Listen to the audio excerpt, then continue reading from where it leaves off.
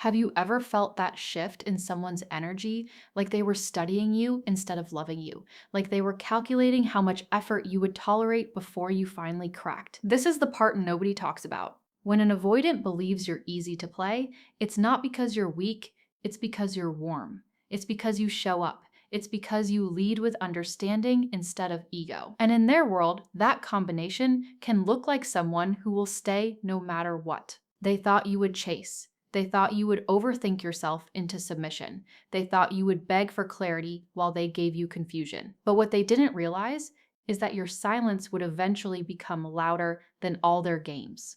In the beginning, it didn't look like manipulation, it looked like charm. It looked like independence. It looked like someone who just needs space or isn't great at texting. And because you're emotionally intelligent, you gave them the benefit of the doubt. You told yourself they just move differently. You told yourself not everyone expresses affection the same way. You tried to adapt. You tried to be patient. You tried to meet them halfway even when they were standing 10 steps back. They felt that. They saw your effort. And instead of appreciating it, they started measuring it. How long before you double text? How long before you ask what's wrong? How long before you blame yourself for their distance? They weren't confused about you. They were observing how much you'd endure. And here's the part that hurts. Your kindness looked like weakness to someone who survives by emotional detachment. You weren't dramatic. You weren't demanding. You didn't create chaos to feel connected. You simply showed up consistently. But to an avoidant who's used to people reacting loudly to their distance, your calmness felt like leverage. They thought, this one won't leave. This one will wait. This one cares more. And in their internal rulebook, the person who cares more is the one with less power. So they leaned back even further. They tested the waters. They delayed replies just a little longer. They went quiet just to see if you'd panic. They sprinkled affection just enough to keep you attached. Not because they hated you, but because control feels safer than vulnerability. When they pulled away for the first time, you probably felt it in your chest, that subtle coldness, that slight shift in tone, the way conversations started feeling shorter. You questioned yourself before you questioned them. Did I say too much? Did I expect too much? Should I give them more space? And that right there is what they anticipated. They expected you to internalize their inconsistency. They expected you to chase reassurance from someone who was creating the insecurity. Because in their past, that's what usually happens. When they distance themselves, people run toward them. When they withdraw affection, people increase effort. It confirms their belief that they hold the upper hand. And for a while, maybe you did run toward them. Maybe you did try harder. Maybe you did try to prove you weren't too much. But something inside you started waking up. It was subtle at first, a quiet exhaustion, a realization that love shouldn't feel like you're constantly auditioning. You noticed that you were the one initiating most of the emotional conversations. You noticed that your reassurance was flowing one way. You noticed that you were shrinking parts of yourself just to maintain their comfort. And that awareness began to shift your energy. You stopped over-explaining. You stopped asking for crumbs to turn into meals. You started observing instead of reacting. And that's when the dynamic began to change. They thought you were easy to play because you were expressive, because you cared openly, because you didn't hide your feelings behind pride, but they didn't account for your self-respect. They didn't account for the moment you would quietly decide that consistency matters more than chemistry. When you stopped chasing their distance, it confused them. When you matched their energy instead of compensating for it, it unsettled them. They were used to being pursued when they withdrew. They weren't used to someone stepping back calmly and saying nothing at all. And here's what they never tell you about avoidant behavior. It's often a test of boundaries disguised as independence. When they go silent, it's not always because they're busy. Sometimes it's because they want to see if you'll break the silence first. When they act detached, it's not always because they feel nothing. Sometimes it's because they're trying to regulate their fear of closeness by creating space. But instead of communicating that fear, they create confusion. And they assume you'll tolerate it. They assume your love will override your limits. In those early stages, they likely believed they had emotional leverage. They probably told themselves you were more invested. Maybe they felt slightly powerful knowing you cared deeply. It's uncomfortable to admit, but for some avoidants, being the less emotionally expressive partner feels safer. It means they don't have to risk rejection first. It means they can control the pace. It means they can pull away whenever things feel too intense. And because you were open about your feelings, they assumed they held the advantage. But the thing about underestimating someone emotionally intelligent is this: once they see the pattern, they adjust without drama. You didn't explode, you didn't beg, you didn't threaten to leave just to scare them. You simply began to detach in silence. You started pouring energy back into yourself. You started focusing on your own growth instead of trying to decode their mood shifts. And that quiet shift was something they didn't anticipate. They thought if you ever pulled away, it would be loud and emotional. They didn't expect calm distance. When you stopped reacting to their inconsistency, they felt it. The delayed texts didn't get a double follow-up. The vague responses didn't get interrogated. The cold days didn't get chased with warmth. You matched their rhythm. Not out of spite, but out of clarity. And that's when their confidence in the dynamic began to crack. Because if you're no longer chasing, then they're no longer in control. They misjudged your patience as dependency. They misread your empathy as insecurity. They assumed your loyalty meant you wouldn't walk away. But what they didn't understand is that emotionally secure strength doesn't announce itself.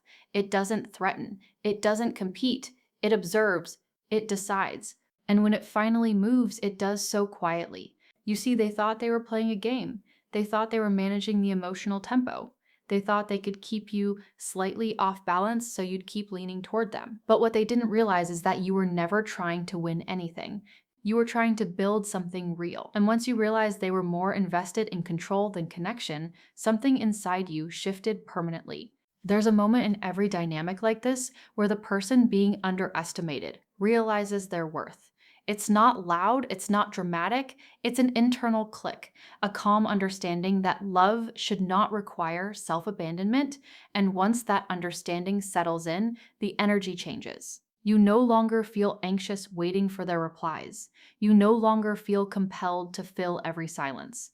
You no longer feel responsible for maintaining the entire emotional foundation. And that's the moment they were wrong about you. They thought you were easy to play because you loved deeply. But loving deeply doesn't mean you lack boundaries. It means you give fully until you see it's not reciprocated. They thought you would tolerate hot and cold cycles indefinitely. They thought you would keep proving your value. They didn't realize that your strength was never in chasing them. It was in knowing when to stop. The first 5 chapters of the story aren't about revenge. They're about awakening. They're about recognizing that being understanding doesn't mean being used. They're about seeing how someone's fear of intimacy can turn into subtle power plays and how your quiet self-respect dismantles them. They thought you were easy. They thought you'd bend endlessly. But what they encountered instead was someone who could love without losing themselves. And that realization is only the beginning. And then something shifted, not loudly, not dramatically, but subtly enough that only someone who was watching closely would notice. You stopped moving the way you used to. You stopped over-explaining your tone. You stopped filling the silence they created. You stopped asking for reassurance from someone who acted confused whenever you needed clarity. You started matching energy instead of trying to fix it. And that quiet change, it unsettled them more than any argument ever could. At first, they told themselves it was nothing. You were just busy. You were just tired. You were just having a week. But there was something different in your eyes, something steadier. You weren't leaning in the same way. You weren't emotionally reaching across the distance they created. You were standing still. And when an avoidant person feels someone stop reaching, it does something to their nervous system. Because they are used to people chasing. They are used to emotional pursuit. They are used to being the one who pulls away and watches the other panic. But you didn't panic. You adjusted, and that adjustment triggered something deep inside them. Avoidants are wired to fear being engulfed. Too much closeness feels like suffocation. Too much emotional demand feels like pressure. So when they create space, it usually feels like relief. It feels safe. It feels controlled. But what they don't always admit, even to themselves, is that underneath that fear of closeness lives an equally powerful fear of abandonment, a fear of being left, a fear of not being chosen, a fear of being replaceable. When you stopped chasing, you didn't just create distance, you activated that fear. At night, when their phone didn't light up with your long messages trying to understand them, something felt off. When you didn't double text, when you didn't ask if everything was okay, when you didn't soften your tone to keep the peace, The silence felt different. It didn't feel like space they controlled anymore. It felt like space they didn't. Or in that lack of control, that's what really unsettled them. You weren't angry, you weren't dramatic, you weren't posting cryptic messages, you weren't trying to make them jealous. You simply stopped accepting inconsistency. You stopped pretending confusion was depth. You stopped interpreting breadcrumbs as effort. You didn't announce your boundaries. You just lived them. That's when they realized you had standards. Before, they thought you would always be available, emotionally present, ready to work through whatever mood they were in. They assumed your empathy meant elasticity, that you would stretch endlessly to accommodate their distance. But empathy without boundaries feels like weakness to someone who has learned to equate emotional power with detachment. They misread your softness. They thought it meant you would never leave. But when you began responding instead of reacting, something flipped. The power dynamic shifted quietly. In the beginning, they believed they had the upper hand because they cared less, or at least appeared to. They were the one who could disappear for hours, the one who could delay replies, the one who could pull back affection without explanation. And in relationships shaped by insecurity, the one who seems less invested often feels more powerful. But when you emotionally detached, not out of bitterness, but out of clarity, the balance changed. You stopped negotiating for consistency. You stopped trying to decode mixed signals. You started observing instead of absorbing. And when you did that, you removed the emotional leverage they thought they had. Avoidants are deeply uncomfortable when they are no longer in control of the emotional distance. They may not say it out loud, they may not show it in obvious ways, but watch closely. Suddenly, they are paying attention to details they used to ignore. They are noticing when you're online but not talking to them. They are noticing when your energy feels lighter. They are noticing when your replies are polite instead of warm. They are noticing the absence of pursuit, and that absence becomes loud. They start checking your activity, watching your stories, reading between your short responses, not because they suddenly became expressive, but because the shift in your energy feels like a threat. When you were chasing, they felt safe. Now that you're steady, they feel uncertain. And uncertainty is something they don't handle well. There's a quiet ego hit that happens when an avoidant realizes someone they assumed would always stay is capable of walking away, not loudly, not destructively, but calmly. And calm detachment can feel more destabilizing than emotional chaos, because chaos is predictable. Calm withdrawal is not. They begin to question things they once took for granted. Why aren't you reacting the same way? Why aren't you asking for reassurance? Why aren't you trying to fix this? Why does it feel like you're okay without them? That last question is the one that lingers. Because the story they told themselves was that you needed them more than they needed you, that you were more emotionally invested, that you would bend before they ever had to confront their own walls. But when you stood firm, not in anger, but in self respect, it disrupted the narrative they were comfortable with.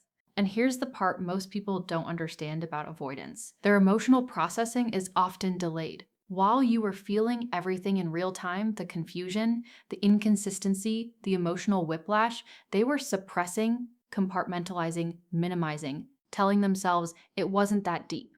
But once you stepped back, once the threat of losing you became real, their emotions started surfacing. In the quiet moments, in the stillness after work, in the late hours when distractions fade, that's when your absence starts to echo. That's when memories feel sharper. That's when your consistency feels rare instead of expected.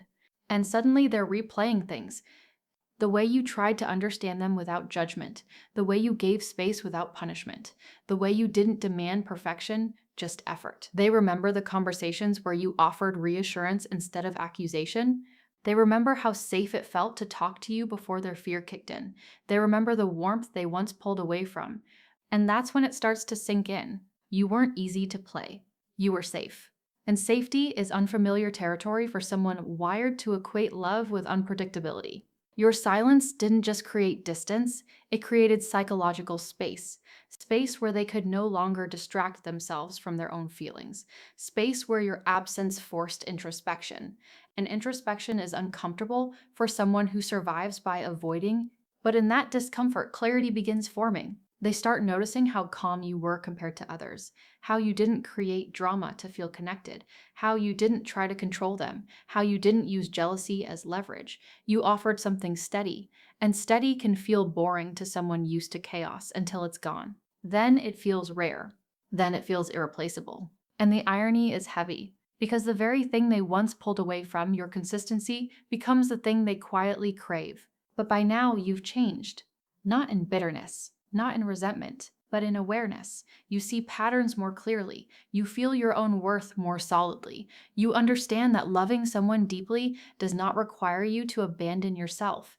And that realization, that's what makes the difference.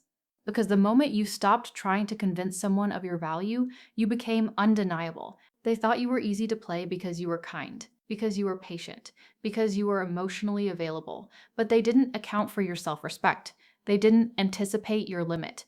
They didn't realize that your love had boundaries.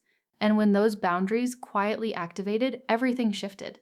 Now they're the ones sitting with questions. Now they're the one feeling the distance. Now they're the one wondering if they miscalculated. And deep down, whether they admit it or not, they know they did.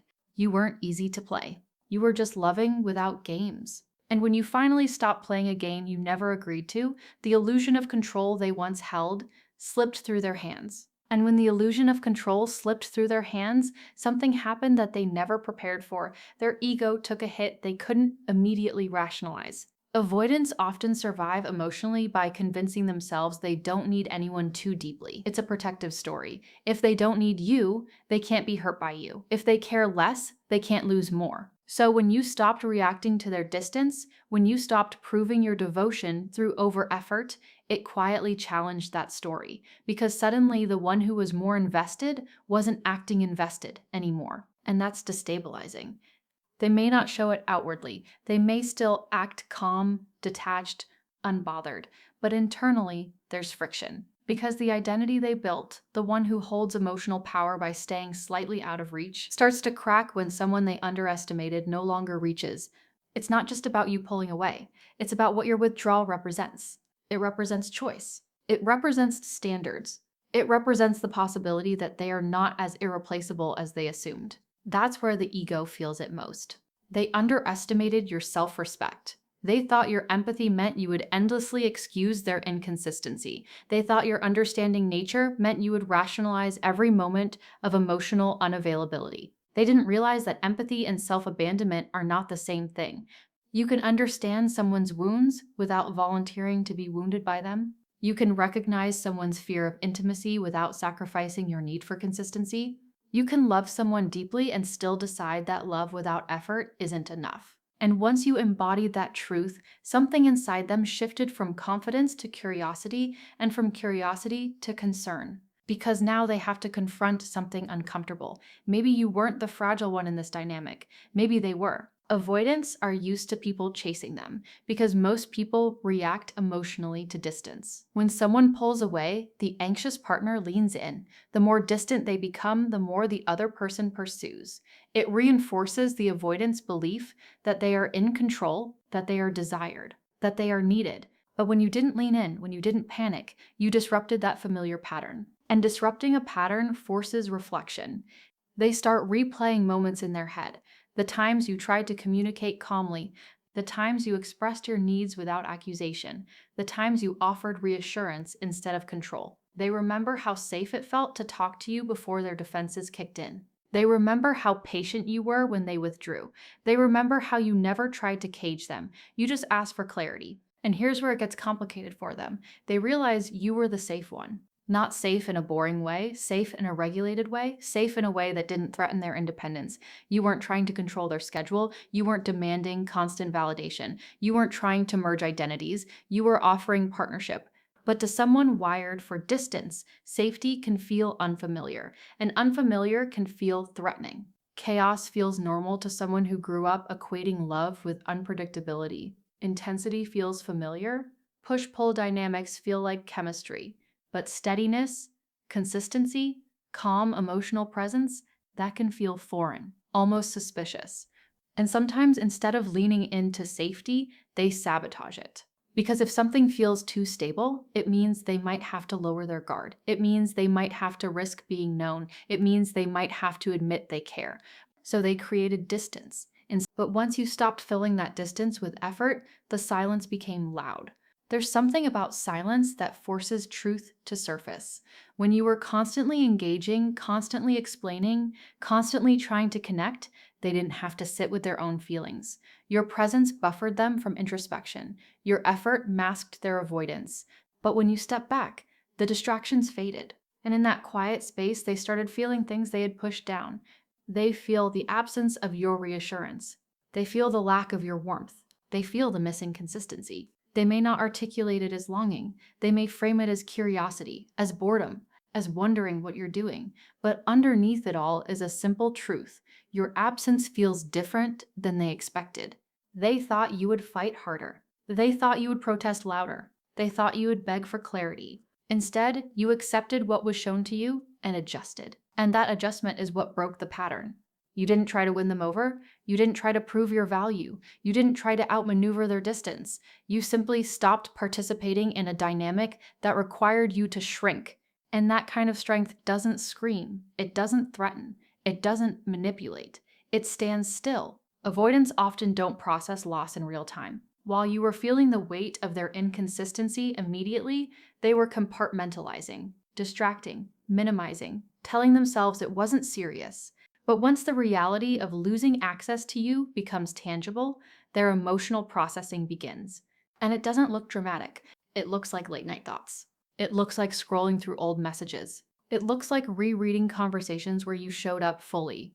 It looks like comparing your steadiness to the unpredictability of others. And slowly, almost unwillingly, appreciation starts forming where indifference once lived. They realize that not everyone communicates calmly. Not everyone offers space without punishment. Not everyone loves without trying to control. You did, and they mistook it for something disposable. That's the weight of it. They assumed you were replaceable because you were accessible. They assumed you would always be there because you always showed up. They didn't realize that accessibility is a gift, not a guarantee. Now, as your energy becomes less available, they begin to understand the difference between someone who is easy to reach and someone who is easy to lose. You weren't easy to play. You were easy to love, and that scared them. Because loving someone easy to love requires vulnerability. It requires reciprocity. It requires stepping out from behind emotional walls. And vulnerability is the very thing they built their defenses against. But here's what makes this story powerful. You didn't harden, you didn't turn cold, you didn't become someone unrecognizable. You simply became someone who chooses themselves. You still care, you still feel, you still love deeply, but you no longer chase someone who withholds effort. You no longer interpret inconsistency as mystery. You no longer romanticize emotional unavailability as depth.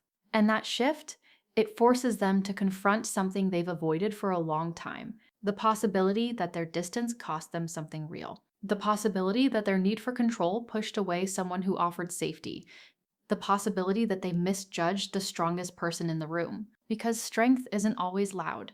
Sometimes strength is loving fully and walking away when that love isn't honored. They thought you were easy to play because you didn't fight dirty, because you didn't manipulate, because you didn't mirror their detachment.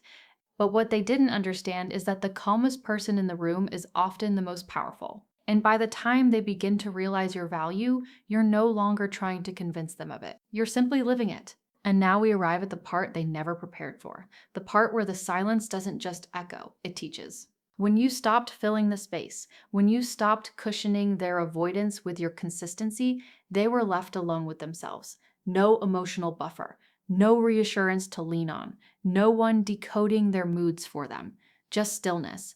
And for someone who survives by staying distracted from their own depth, stillness can feel overwhelming.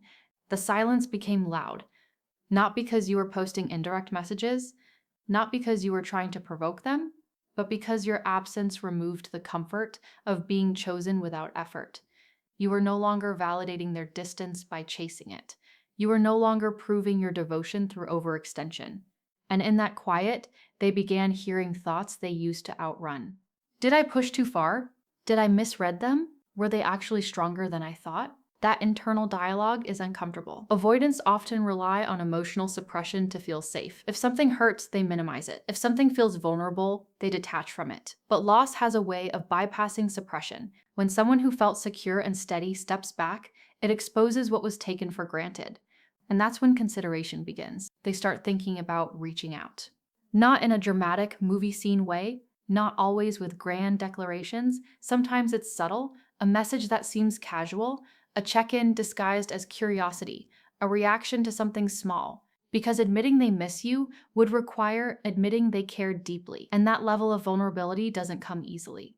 But the impulse to reconnect is there. And here's the truth. It's not always because they're healed. It's not always because they've suddenly transformed. It's often because your absence disrupted their emotional equilibrium. They feel the shift. They feel the loss of access. They feel that you're no longer orbiting around them. For the first time, they have to wonder if you're moving forward. And that uncertainty stirs something primal. Because when you stopped chasing, you didn't just withdraw attention, you broke the pattern. Most people respond to avoidant distance with heightened emotion. They argue, they plead, they analyze, they try to fix. You didn't. You responded strategically, calmly. You observed the dynamic and adjusted your participation. And when you did that, you stepped out of the predictable script. Avoidance feels safest in predictability, even dysfunctional predictability. They know how to navigate someone chasing them. They know how to handle emotional intensity directed at them. But they don't always know how to process someone who simply detaches with dignity. You didn't slam doors, you didn't burn bridges, you didn't attack their character. You just stopped volunteering for inconsistency. And that kind of boundary hits differently. Because now if they want access to you, it requires effort. It requires accountability. It requires stepping toward vulnerability instead of away from it. And that's the part that forces growth or exposes stagnation. They thought you were an option, someone who would always be there, someone who would tolerate emotional breadcrumbs, someone who would keep choosing them even when they weren't choosing you. But when you stopped choosing them blindly, the illusion shattered. You were never an option. You were a choice, a conscious one. And once you realized your value didn't depend on being tolerated, you became something they couldn't casually manage anymore. Now they see it more clearly. They see that your patience wasn't desperation. They see that your calmness wasn't weakness. They see that your love wasn't dependency. It was strength.